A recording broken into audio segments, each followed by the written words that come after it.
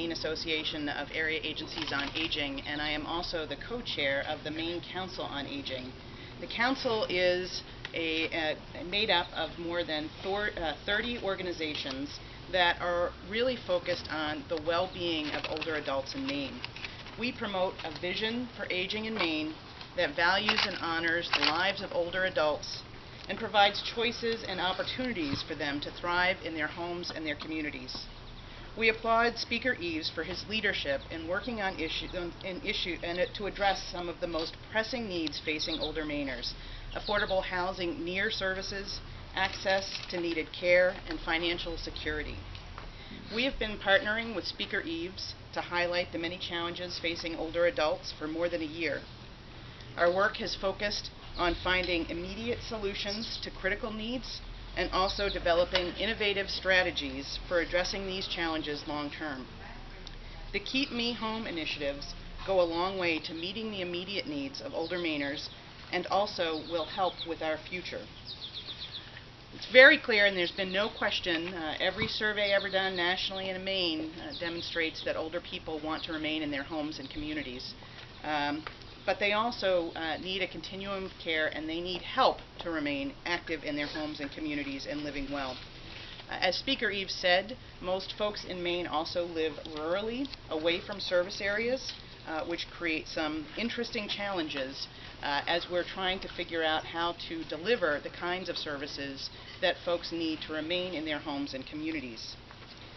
We are also noticing that there are more and more older Mainers, even if they have access to income, are really struggling. There are many, many folks on fixed incomes with low wages and are having very difficult times meeting the rising costs of food and fuel oil and healthcare and prescription drugs. Most live in their own homes and, as Lee said, are really challenged to pay for increasing property taxes, but I want to also add to meet the needs of home repair, and that is one of the big issues in Maine, is that folks can't afford or have to decide not just between food and fuel and prescription drugs, but also have to decide whether they're going to pay their property tax or they're going to fix their roof. Whether they're going to be able to fix the foundation that's leaking. And these are really big issues that, as money shrinks, there is less and less resources to go around and fewer opportunities to meet all of the needs one has to live in a home. For many older Mainers, this formula just simply isn't working. Their houses are, in fact, falling down around them, and they don't want to give up independence. They don't want to have to leave their friends and communities. Like you heard the speaker talk about Sally, I actually got to hear her story firsthand from her, and she said, I looked up and down the coast of Maine to find a place that I could afford to live and couldn't find it, so I'm going to move to North Carolina to be with my son. And I just want to stand up and tell you that I'm really sad.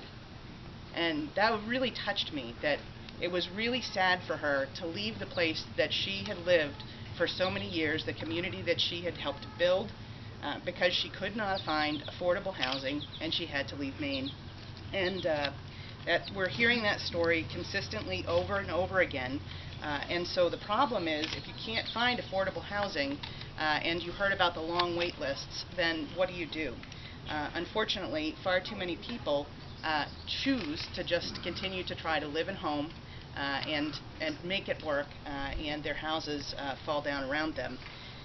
For the older Mainers who are able to afford to physically maintain their homes, they are facing another challenge, and that is accessing home care services that they need to be able to stay in their home, to be able to meet their daily needs, to be able to get out of bed, to be able to go grocery shopping. These are all issues that one has to face, particularly when they can't drive any longer. Another challenge of transportation. The reality is our workforce is aging and rapidly retiring. We do not have an adequate workforce in our younger population to fill the jobs that are becoming vacated by lots and lots of retiring folks, particularly in healthcare and direct care workforce. This means that we have more competitive workforce, and employers are going to have to pay more for that labor. This formula actually has already been devastating for our home care providers who are hamstrung by their ability to compete for workers because of artificially low Maine care reimbursement rates. As you've heard, home care provider rates have not been increased for more than a decade, and in fact, in some instances, have been cut. Providers are now finding that they can no longer retain workers who can find better salaries and benefits with other employers. This means people who can pay for services, and I've got to tell you this is happening everywhere in Maine, people who can actually pay for services can't buy them because there is a shortage of workers who are able to deliver the care. Many home agencies, including in this area and north, are on the brink of financial collapse. The situation is not sustainable. We have a growing population of need, and we have a shrinking workforce that's able to provide services. Speaker Eves' proposal to boost provider rates will help build a stronger home care workforce that is ready to meet the needs of older Mainers. Finally, there is much more that we need to do to help older Mainers remain in their homes, independent and thriving. That's why the Maine Council on Aging is leading, in partnership with Speaker Eves, the Maine Aging Initiative, an ongoing broad-based collaborative effort to systematically address the challenges our aging demographic has on our economy, workforce, and healthcare delivery system.